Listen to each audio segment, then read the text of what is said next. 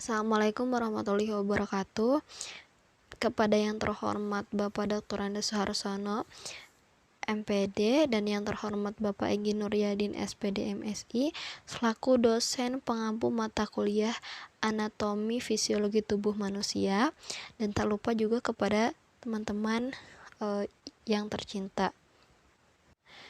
Izinkan kami dari kelompok 2 untuk memaparkan materi kali ini, yaitu terkait sistem muskulus atau sistem otot. Namun sebelumnya izinkan kami untuk memperkenalkan diri dari anggota kami terlebih dahulu. Nah, yang pertama ada Ratih Lestari, yang kedua ada Mila Zahira, yang ketiga ada Dila Delia Novita, dan yang terakhir ada saya Bianca Humaira. Nah, untuk konten materi pembelajaran kali ini, itu yang pertama ada sistem muskulus, yang kedua ada struktur otot rangka, ada mekanisme kerja otot, ada anatomi otot rangka bagian kepala, ada anatomi otot rangka bagian leher, anatomi otot rangka bagian bahu, anatomi otot rangka bagian dada, anatomi otot rangka bagian perut, anatomi otot rangka bagian punggung, anatomi otot rangka bagian lengan, anatomi otot rangka bagian panggul, anatomi otot rangka bagian otot tungkai, dan juga ada kelainan-kelainan pada otot. Untuk mempersingkat waktu, kita langsung saja kepada pemateri yang pertama, yaitu Dila Delia Novita. Kepadanya saya persilahkan. Assalamualaikum warahmatullahi wabarakatuh. Perkenalkan, saya Dila Delia Novita, NPM 182154100. Sebagai pemateri pertama akan menjelaskan materi mengenai sistem muskulus. Yang pertama mengenai pengertian sistem muskulus. Muskulus berasal dari bahasa Latin yaitu musculus yang berarti otot.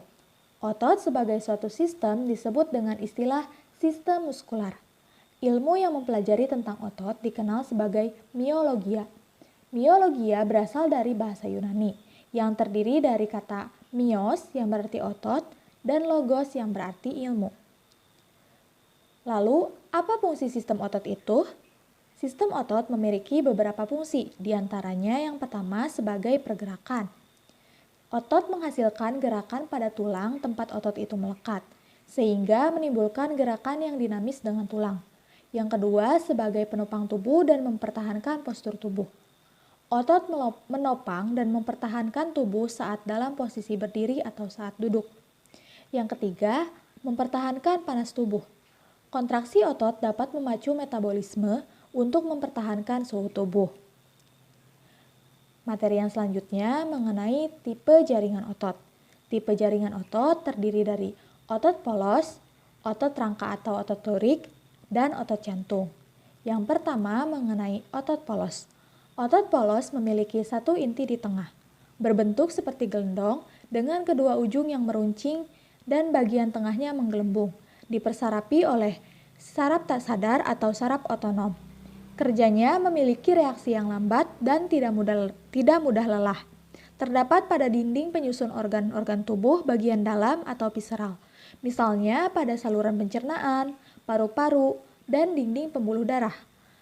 Nah, dapat kita lihat di gambar, otot polos ini dalam satu selnya hanya memiliki satu inti dan terletak di tengah. Bentuknya, ujung-ujungnya meruncing dan di tengahnya menggelembung sehingga bentuknya disebut seperti gelendong. Lalu selanjutnya adalah otot lurik atau otot rangka.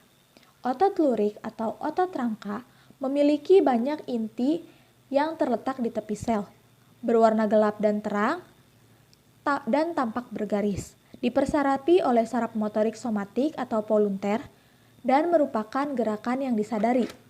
Melekat pada tulang dan bekerja dengan kontraksi yang cepat, tidak teratur, serta mudah lelah.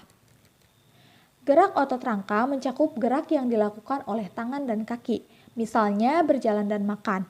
Gerak otot rangka diatur oleh saraf pusat, yaitu otak, dan merupakan gerakan yang disadari.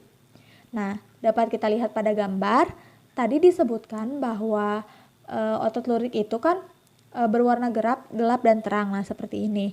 Nah, karena ada warna gelap terang ini, maka otot rangka ini disebut dengan otot lurik. Selanjutnya, otot jantung. Otot jantung berbentuk silindris, memiliki percabangan, dan inti selnya berada di tengah. Dipersarapi oleh saraf otonom atau involunter. Terletak hanya pada jantung dan vena cava yang memasuki jantung. Bekerja dengan awal kontraksi yang lambat dan tahan terhadap kelelahan. Nah, yang menjadi ciri khas dari otot jantung adalah memiliki percabangan. Inti selnya berada di tengah dan bentuknya silindris. Materi selanjutnya yaitu mengenai struktur otot rangka. Otot rangka memiliki beberapa struktur. Di antaranya ada tendon, epimisium, perimisium, endomisium, myofibril, sarkolema, fasikel, dan lain-lain. Nah, yang akan kita bahas pertama adalah tendon. Tendon adalah jaringan ikat fibrosa yang menghubungkan otot rangka dengan tulang. Tendon ini bersifat tidak elastis, tebal, dan berwarna putih. Hampir semua otot rangka menempel pada tulang. Nah, tendon adalah yang ini. Dia melekat pada tulang. Selanjutnya, yang kedua adalah fascia. Adalah selaput otot yang membantu dalam pergerakan. Otot rangka merupakan kumpulan fasciculus yang merupakan berkas sel otot berbentuk silindris yang diikat oleh jaringan ikat. Untuk lebih jelasnya, kita lihat pada gambar ini. Nah, ini adalah fascia yang berwarna putih berupa selaput otot. Nah, dia itu membungkus fasciculus. Fasciculus itu satu berkas ini. Nah, kumpulan fasciculus yang merupakan berkas sel otot berbentuk silindris yang diikat oleh jaringan ikat. Nah, jaringan ikat ini disebut dengan epimisium atau fascia yang tadi. Kemudian, seluruh otot itu dihimpun menjadi satu oleh jaringan ikat yang disebut epimisium. Setiap fasciculus dipisahkan oleh jaringan ikat perimisium. Nah, setiap fasciculus yang tadi ini dipisahkan oleh perimisium. Perimisium itu yang putih-putih ini. Jadi di antara fasciculus dan fasciculus itu dibatasi atau dipisahkan oleh perimisium. Nah, di dalam fascicle, endomisium itu mengelilingi satu berkas sel otot. Kemudian struktur otot rangka yang selanjutnya adalah serat otot atau muscle fiber. Tipe serat otot tubuh manusia terdiri dari dua warna, yaitu serat otot merah atau tipe 1 dan serat otot putih atau tipe 2. Serat otot merah kaya akan mioglobin, sedangkan serat otot putih hanya sedikit mengandung mioglobin. Nah, dapat kita lihat pada gambar ada otot merah dan juga otot putih yang terdapat pada serat otot. Tadi juga disinggung mengenai mioglobin. Apa sih mioglobin itu? Nah, mioglobin adalah protein berwarna merah yang kaya akan mitokondria dan berfungsi untuk mengangkut oksigen. Nah, struktur yang selanjutnya adalah sarkolema. Sarkolema adalah membran yang melapisi suatu sel otot yang berfungsi sebagai pelindung otot. Kemudian, di dalam sarkolema juga ada sarkoplasma. Sarkoplasma adalah cairan sel otot yang berfungsi sebagai tempat terdapatnya myofibril dan myofilamen. Nah, sarkoplasma itu yang mengelilingi satu sel otot, kemudian ada sarkoplasma. Sarkoplasma itu cairan sel otot di dalamnya. Selanjutnya adalah retikulum sarkoplasma. Retikulum sarkoplasma adalah jenis khusus dari retikulum endoplasma halus yang ditemukan pada sel otot atau miosit. Nah, baik di otot halus maupun di otot lurik. Berfungsi sebagai tempat penyimpanan ion kalsium. Nah, retikulum sarkoplasma itu yang berwarna biru ini yang terdapat celah-celah, itu fungsinya sebagai penyimpanan ion kalsium. Nah, pada retikulum sarkoplasma terdapat tubulus T. Tubulus T itu yang kuning-kuning ini.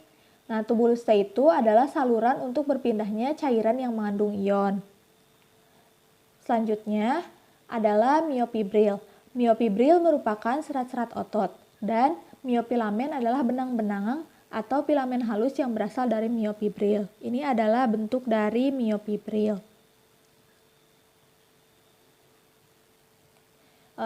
Struktur otot rangkai yang selanjutnya adalah sarkomer.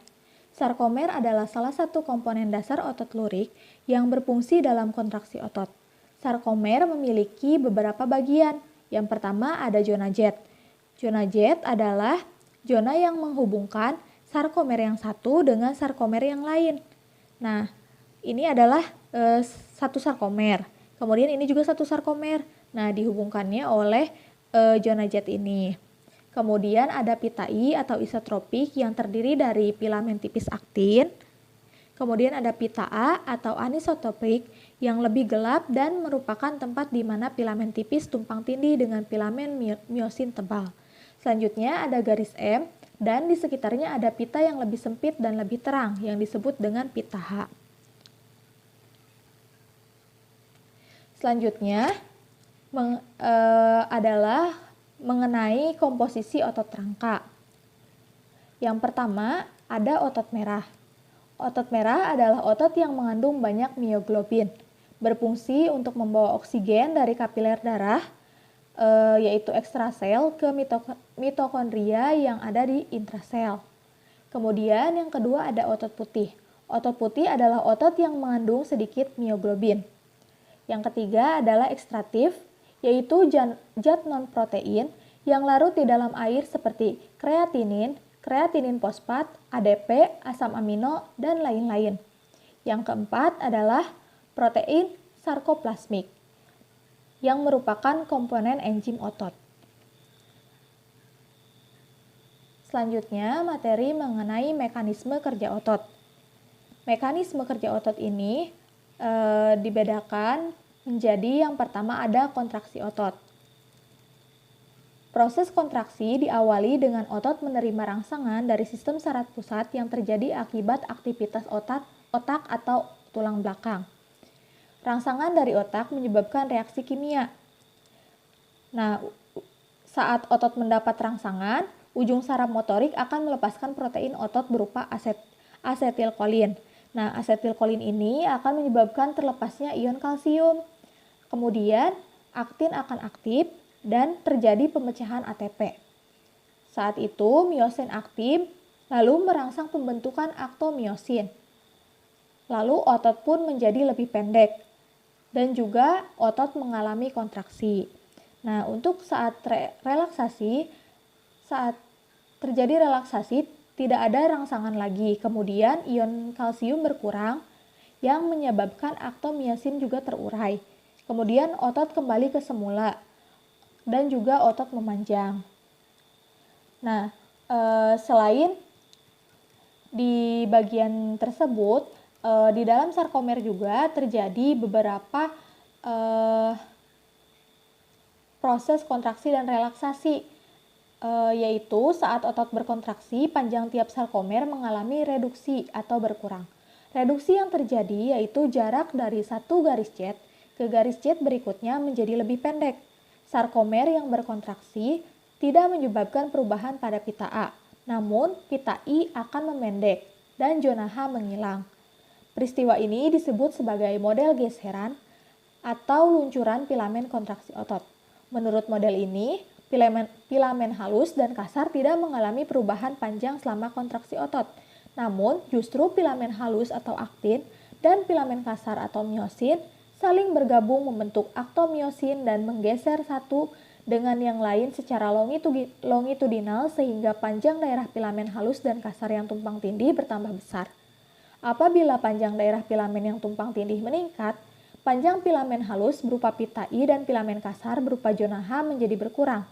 Pada saat sel-sel otot yang sedang istirahat atau relaksasi, tempat pengikatan miosin pada filamen halus dihambat oleh protein regulator tropomiosin.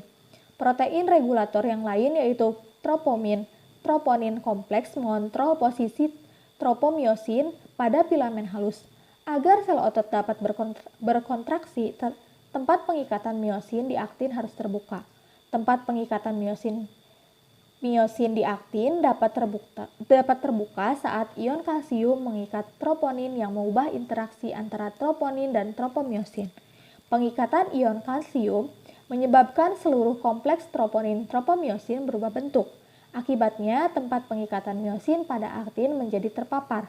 Saat ada ion kalsium, terjadi gerakan geseran atau luncuran antara filamen halus dan kasar yang tumpang tindih, sehingga otot berkontraksi. Pada saat konsentrasi ion kalsium menurun, tempat pengikatan miosin pada aktin tertutup dan kontraksi otot menjadi berhenti, yang merupakan keadaan relaksasi. Nah, mekanisme kerja otot yang selanjutnya adalah adanya proses kimia pada otot. Energi diperlukan dalam proses kontraksi otot. Energi yang disuplai adalah energi dalam bentuk energi kimia. Fase kontraksi disebut juga fase anaerob, karena energi diperoleh dari penguraian ATP dan kreatin fosfat yang berlangsung secara anaerob. Energi ini menghubungkan aktin dan miosin. Proses kimia yang terjadi saat kontraksi otot yaitu kreatin fosfat dan juga ADP membentuk kreatin dan juga ATP. ATP terurai menjadi ADP plus energi, ADP terurai menjadi AMP plus energi. Otot akan berelaksasi saat energi habis. Fase relaksasi disebut juga fase aerob, karena energi yang dihasilkan dari hasil pemecahan glikogen yang berlangsung secara aerob. Proses kimia saat relaksasi otot yaitu glikogen yang diurai menjadi laktasinogen. Kemudian laktasi diurai menjadi glukosa dan juga asam laktat. Glukosa dan juga O2 membentuk CO2 dan juga H2O. Asam laktat adalah hasil samping dari penguraian laktasinogen. Asam laktat yang menutup di otot akan diangkut oleh darah ke hati untuk diubah menjadi glukosa lalu glikogen. Glikogen disimpan dalam hati dan otot. Sekian materi yang dapat saya sampaikan. Untuk materi selanjutnya akan disampaikan oleh rekan saya. Wassalamualaikum warahmatullahi wabarakatuh. Baik teman-teman, sekarang mengenai materi anatomi otot rangka bagian kepala. Nah, otot rangka bagian kepala ini yang pertama ada otot pundak kepala. Nah, otot pundak kepala ini fungsinya sebagian kecil membentuk gales aponeurotika yang disebut juga musculus occipiti frontalis yang dibagi menjadi dua bagian. Yang pertama, musculus frontalis yang fungsinya untuk mengurutkan dahi dan menarik dahi mata. Nah, yang di sini ya. Nah, jadi kenapa dahi kita bisa mengkerut itu karena ada otot ini, musculus frontalis. Yang kedua yaitu occipitalis yang terletak di bagian belakang yang fungsinya menarik kulit ke belakang yang di sini. Nah, yang selanjutnya yaitu otot wajah. Nah, otot wajah ini terdiri dari otot mata, yaitu musculus rectus oculi, dan otot bola mata yang sebanyak 4 buah. Nah, bisa dilihat di sini. Yang kemudian ada musculus obliquus oculi atau otot bola mata sebanyak 2 buah. Fungsinya yaitu untuk memutar mata. Nah, bola mata sama di bagian sini. Yang selanjutnya ada musculus orbicularis oculi atau otot lingkar mata yang terdapat di sekeliling mata yang fungsinya sebagai penutup mata atau sphincter mata. Kemudian yang selanjutnya ada musculus levator palpebra superior yang terdapat pada kelopak mata yang fungsinya menarik mengangkat kelopak mata atas pada waktu membuka mata. Nah, di sini ya. Jadi kenapa kita dapat berkedip itu karena ada otot ini. Yang selanjutnya yaitu otot mulut atau bibir dan pipi. Nah, otot mulut terbagi menjadi yang pertama musculus triangularis dan musculus orbicularis atau otot sudut mulut yang fungsinya untuk menarik sudut mulut ke bawah. Nah, berada di sini ya. Kemudian ada musculus quadratus labii superior, yaitu otot bibir atas yang mempunyai pinggir lekuk mata menuju bibir atas dan hidung. Kemudian ada musculus quadratus labii inferior yang terdapat pada dagu, yang merupakan kelanjutan pada otot leher, yang fungsinya itu untuk menarik bibir ke bawah atau membentuk mimik muka ke bawah. Nah, di sini ya. Kemudian ada musculus buccinator, yaitu membentuk dinding samping rongga mulut, orgio pada tajum mandibula, dan insersi musculus orbicularis oris, yang fungsinya itu untuk menahan makanan waktu mengunyah. Kemudian ada musculus zygomaticus atau otot pipi yang fungsinya untuk mengangkat dagu mulut ke atas waktu senyum. Nah, kenapa kita bisa tersenyum itu karena ada otot ini. Kemudian yang selanjutnya yaitu otot pengunyah. Nah, yang bekerjanya itu waktu mengunyah yang terbagi atas yang pertama musculus masseter, yaitu yang fungsinya mengangkat rahang bawah pada waktu mulut terbuka. Kemudian musculus temporalis yang fungsinya menarik rahang bawah ke atas dan ke belakang.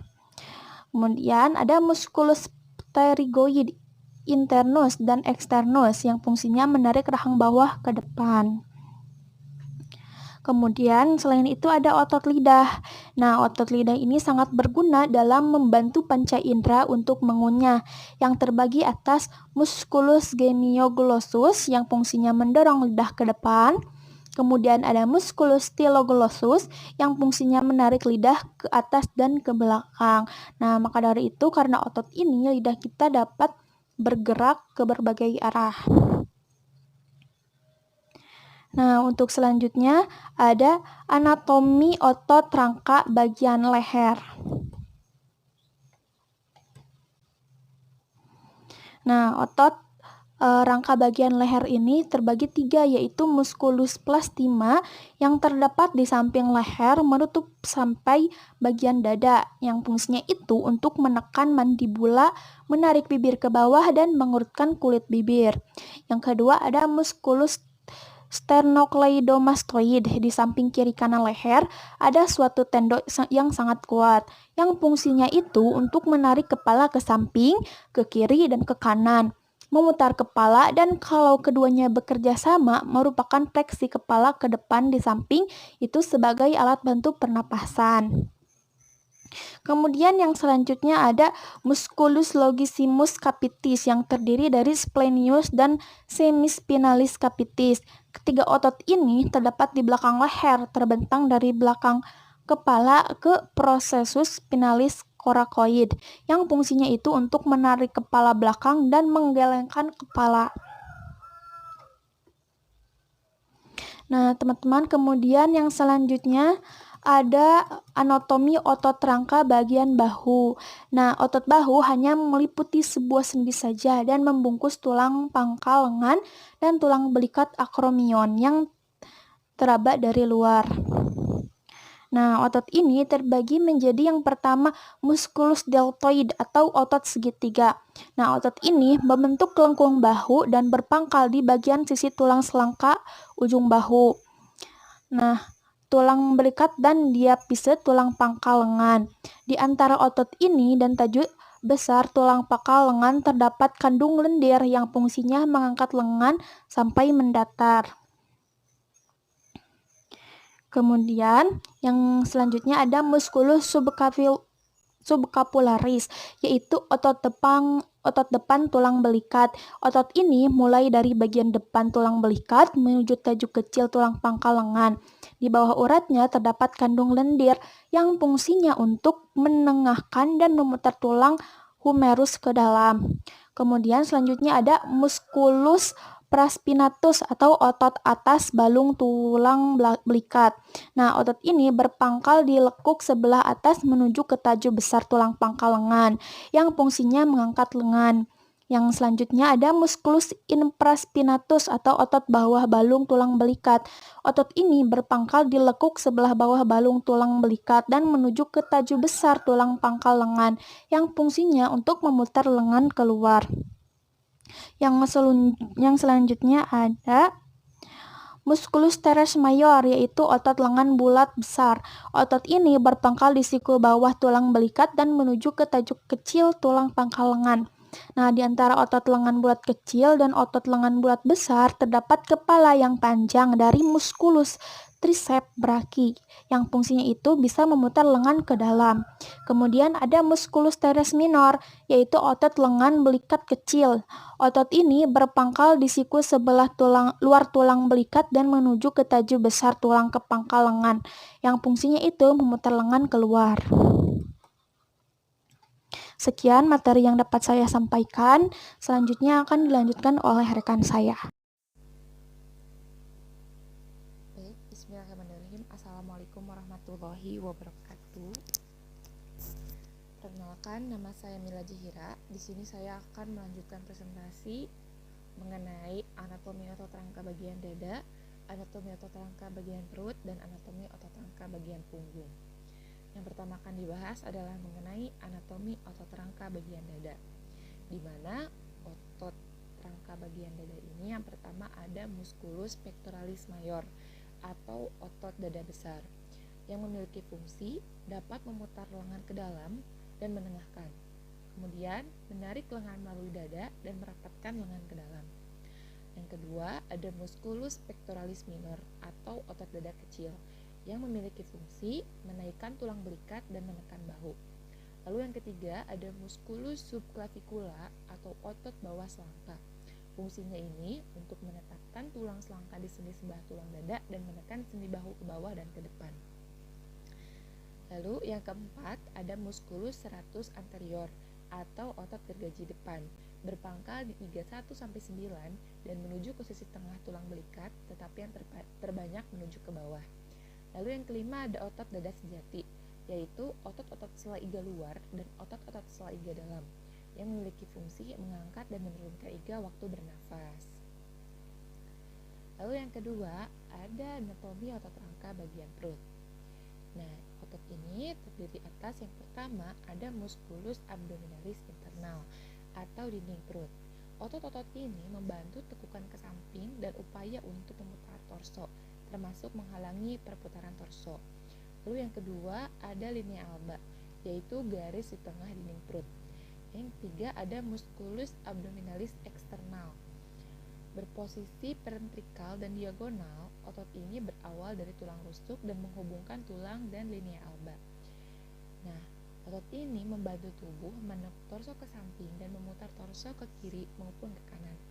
Mungkin ini yang paling penting juga bertindak untuk mencegah torso berputar. Lalu yang keempat ada musculus obliquus externus abdominis. Nah, otot ini terbesar dan paling superficial dari 3 otot abdominal anterolateral. Otot ini berada di belakang tulang rusuk bagian bawah dan melintas menuju panggul. Otot ini juga berfungsi untuk menunjang pergerakan tulang belakang dan menjaga kestabilan tulang belakang saat melakukan latihan yang membuat tubuh menekuk ke samping. Lalu yang kelima ada musculus obliquus internus abdominis. Nah, otot ini berfungsi menekan dan menopang viscera abdominal, memfleksikan dan merotasi batang tubuh. Otot ini berada di bawah musculus oblique internal abdominal. Lalu yang keenam ada musculus transversus abdominis. Nah, otot ini berada paling dalam di antara ketiga otot yang lain. Transfer abdominal berperan dalam menstabilkan punggung bagian bawah. Para ahli menyatakan bahwa saat melakukan aktivitas seperti berjalan, berlari, dan sebagainya, otot ini adalah pertama kali aktif bergerak.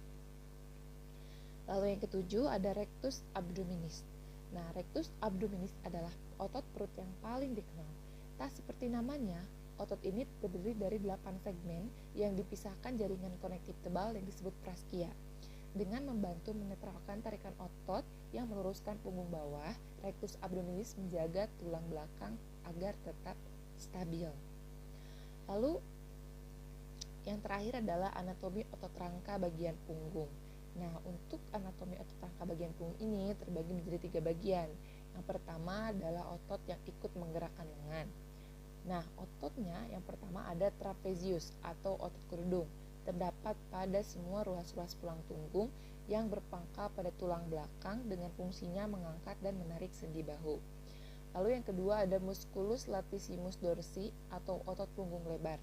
Berpangkal pada ruas tulang punggung yang kelima dari bawah fascia lumboid, tepi tulang punggung dan iga di bawah, gunanya menutupi ketiak bagian belakang, menengahkan dan memutar tulang pangkal lengah ke dalam.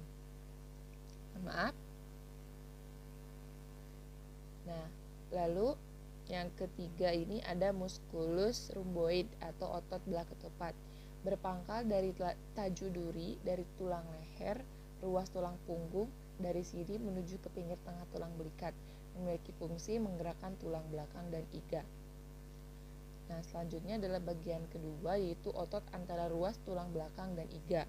Otot yang bekerja menggerakkan tulang iga atau otot bantu pernapasan terdiri dari dua otot, yaitu yang pertama ada musculus serratus posterior inferior atau otot gergaji belakang bawah yang memiliki fungsi untuk menarik tulang iga ke bawah waktu bernapas.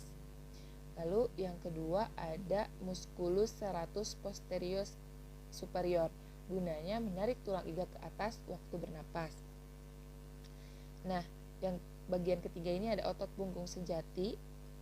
Yang pertama ada musculus interspinalis transversi dan musculus semispinalis yang memiliki fungsi untuk sikap dan pergerakan tulang belakang. Lalu yang kedua ada musculus sacrospinalis atau musculus erector spina yang memiliki fungsi memelihara dan menjaga kedudukan kolumna vertebrata dan pergerakan dari ruas tulang belakang. Lalu yang terakhir ada musculus quadratus lumborum yang letaknya ini antara crista iliaca dan os costa. Mungkin sekian presentasi yang dapat saya sampaikan. Mohon maaf jika ada kekurangan. Selanjutnya akan dilanjutkan penjelasan oleh rekan saya. Kepadanya disilakan. Nah, bismillahirrahmanirrahim. Nah, kita langsung saja ya ke pembahasannya supaya. Nah, ini ada anatomi rangka otot bagian lengan atas. Nah, ini bisa dilihat ya. Jadi ototnya itu sebenarnya terbagi menjadi dua. Itu ada otot flexor atau ketul dan juga otot ekstensor atau kedang. Nah, pada bagian otot-otot ketul itu terbagi menjadi beberapa bagian juga. Yang pertama itu ada musculus bicep brachii. Nah, bisa dilihat ya, ini saya sudah beri simbol huruf A. Nah, ini itu terdiri dari meliputi dua sendi dan juga dua kepala atau kaput. Nah, fungsi dari bicep brachii ini adalah untuk meratakan hasta dan mengangkat lengan. Nah, selanjutnya ada musculus brachialis. Nah, sudah saya beri simbol huruf B ya. Nah, ini itu letaknya itu berpangkal di bawah otot segitiga yang fungsinya itu untuk membengkokkan lengan bawah siku. Nah, ini ya teman-teman. Nah, yang ketiga ada musculus cocobrachialis. Nah, ini itu berpangkal pada prosesus coracoid dan menuju ke tulang pangkal lengan. Nah, fungsi dari musculus cocobrachialis ini adalah untuk mengangkat lengan. Nah, ini untuk letaknya bisa kita lihat di ini nih. Ada ya huruf C. Simbol C. Nah, kita lanjut ke bagian otot kedua, yaitu ada otot ekstensor atau kedang. Nah, di mana ini ada musculus triceps brachii. Nah, ini sudah saya beri simbol nih teman-teman. Huruf D ya, huruf D. Nah, si musculus triceps brachii ini letaknya itu kepala luarnya itu berpangkal di sebelah belakang tulang pangkal lengan gitu ya, jadi di atas, dan arahnya itu menuju ke bawah, yang kemudian nantinya itu ototnya itu akan bersatu dengan yang lain gitu ya. Nah, namun saya mohon maaf, ini ada di slide-nya ada dua bagian yang saya tulis kembali gitu ya. Nah, bisa dibaca saja. Nah, bahwa kepala dalamnya itu dimulai di sebelah dalam tulang pangkal lengan gitu ya, dan kepalanya itu panjang dimulai dari bawah sendi, dan ketiganya itu mempunyai sebuah urat yang melekat di oleh krani yang kemudian akan bersatu dengan yang lain. Nah, ini bisa diperbesar saja. Nah, ya, musculus triceps brachii. Yang ini yang huruf D, yang simbol D. Nah, selanjutnya ada anatomi otot rangka bagian lengan bawah. Nah, otot lengan bagian bawah ini terbagi atas. Yang pertama ada otot kedang. Nah, mana perannya itu adalah dalam pengetulan di atas sendi siku, sendi tangan, sendi jari, dan sebagian besar gerak silang hasta. Nah, ini juga terbagi menjadi beberapa otot. Yang pertama itu ada musculus extensor carpi radialis longus. Nah, ini bisa dilihat gambarnya ya. Sudah saya beri simbol, ada huruf A. Nah, fungsinya itu adalah untuk menggerakkan lengan. Nah, yang kedua ada musculus extensor carpi radialis brevis. Sudah saya beri tanda juga ya, ini huruf B. Nah, itu fungsinya itu adalah untuk menggerakkan lengan juga.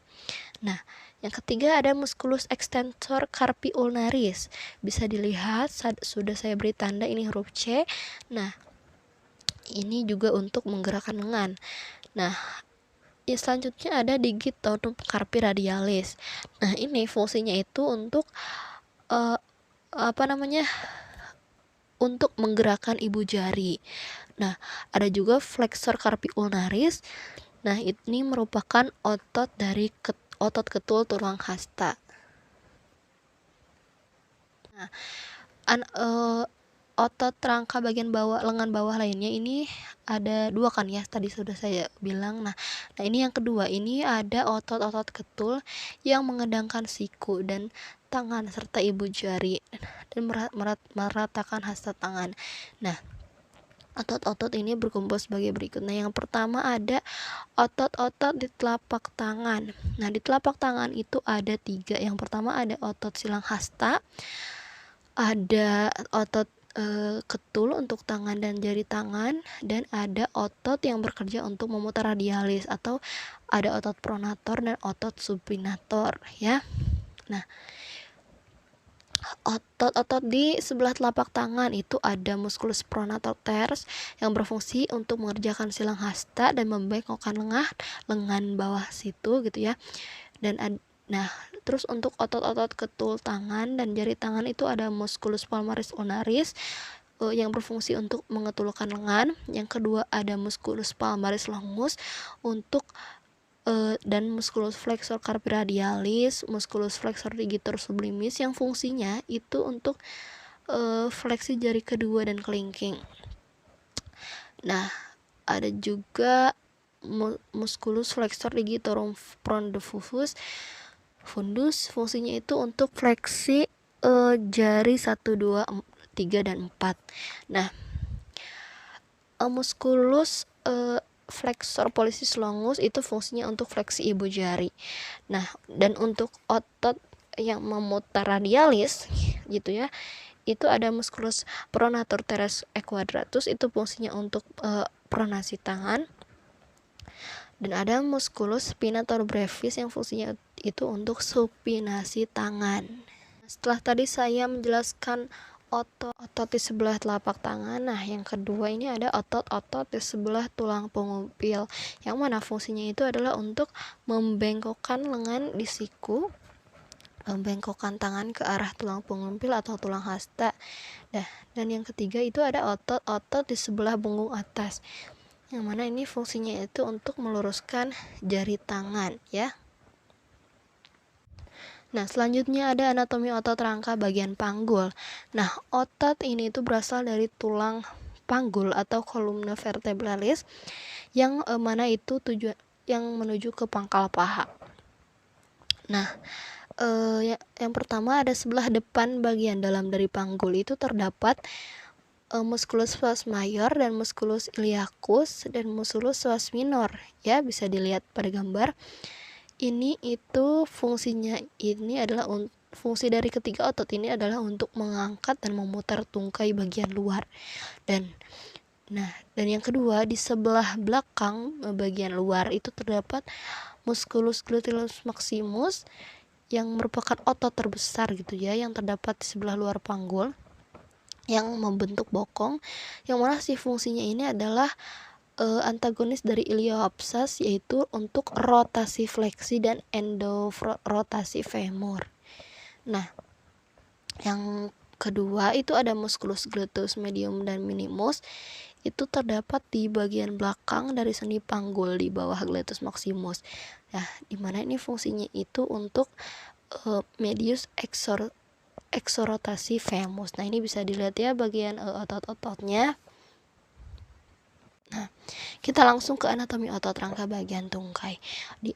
Di tungkai itu ada beberapa otot. Nah, ini yang pertama ada otot tungkai yang mempunyai selaput pembungkus yang sangat kuat. Nah, ini disebut fascia lata. Nah, si fascia lata ini dibagi menjadi 3 golongan. Yaitu ada otot abduktor. Yang pertama ada musculus abductor maldanus di sebelah dalam, dan ada musculus abductor brevis di sebelah tangan, ada musculus abductor longus sebelah luar, dan ketiga otot ini tuh menjadi satu yang disebut musculus abductor femoralis. Nah, fungsinya ini adalah untuk menyelenggarakan gerakan abduksi dari femur. Nah,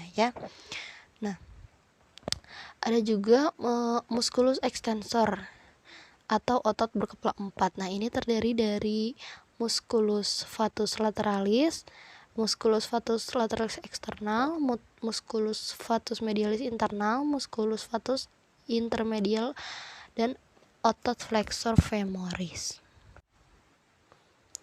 Nah, di bagian otot flexor femoris itu yang terdapat di bagian belakang paha ya. Letaknya itu di bagian belakang paha. Itu terdiri dari beberapa otot. Nah, yang pertama itu ada biceps femoris atau otot berkepala 2, yang mana fungsinya ini adalah untuk membengkokkan paha dan meluruskan tungkai bawah. Nah, yang kedua ada musculus semimembranous. Nah, ini fungsinya itu adalah untuk membengkokkan tungkai bawah. Yang ketiga ada musculus semimembranous atau ototnya itu seperti urat ya. Itu fungsinya adalah untuk membengkokkan urat bawah serta memutar ke dalam. Yang keempat itu ada musculus sartorius atau otot penjahit. Itu fungsinya untuk exorotasi femur yang memutar keluar pada waktu lutut mengetul serta membantu gerakan fleksi femur dan membengkokkan keluar. Nah, untuk lebih jelasnya bisa dilihat saja pada resumenya. Nah, selanjutnya masih ada gitu ya, ada otot rangka bagian tungkai. Ini bisa dilihat gambarnya. Nah, ini tuh terdiri dari beberapa otot lagi. Nah, yang pertama itu ada otot tulang kering depan musculus tibialis anterior. Nah, ini fungsinya itu untuk mengangkat pinggir kaki sebelah tengah dan membengkokkan kaki. Nah, yang kedua itu ada musculus extensor talangus longus yang fungsinya itu untuk meluruskan jari telunjuk ke tengah jari manis dan jari kelingking kaku. Nah,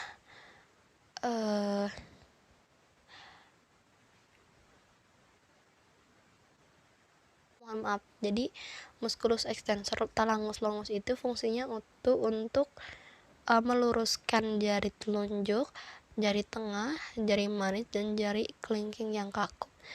Nah, yang ketiga itu ada otot kedang jempol. Nah, fungsinya itu untuk meluruskan ibu jari. Terus ada juga urat Achilles atau tendo Achilles. Itu fungsinya itu untuk meluruskan kaki di sendi tumit dan membengkokkan tungkai bawah lutut. Yang kelima ada otot kempul atau empul kaki panjang, musculus phalangus locus. Nah, ini fungsinya itu untuk membengkokkan empu kaki.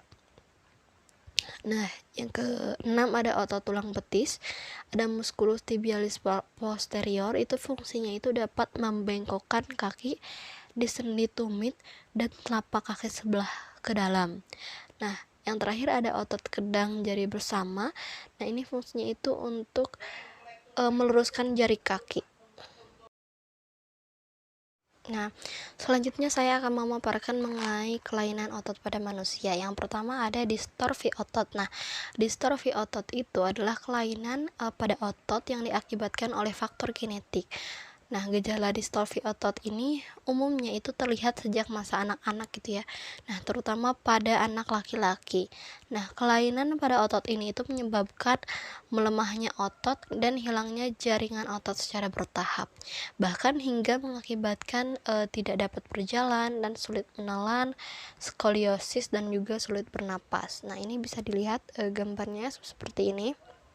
Nah, kelainan otot yang kedua itu adalah ya, ada kram otot.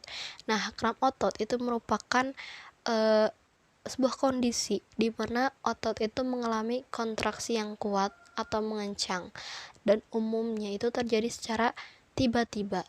Nah, hal ini berlangsung dalam hitungan detik atau menit dan ini menimbulkan rasa sakit atau nyeri pada bagian yang mengalami kram. Nah, ini contohnya kram otot terjadi pada atlet bulu tangkis. Nah, selanjutnya ada mitonia congenita. Nah, mitonia congenita ini itu adalah kelainan genetik yang langka sebenarnya yang ditandai dengan kekakuan dan kelemahan otot. Nah, kondisi ini itu menyebabkan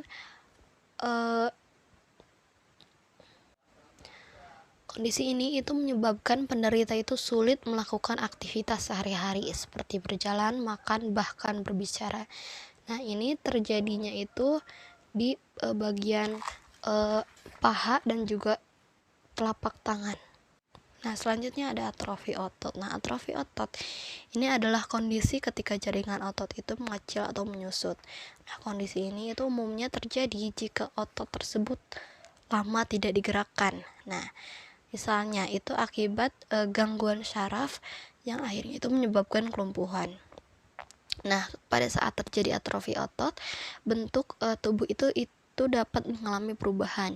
Nah, misalnya ada salah satu area tubuh itu menjadi lebih cekung karena ototnya itu mengecil atau terlihat tidak simetris. Nah, misalnya ketika lengan atau tungkai yang terlihat lebih kecil daripada lengan atau tungkai yang lainnya. Nah, ini bisa dilihat gambarnya ya.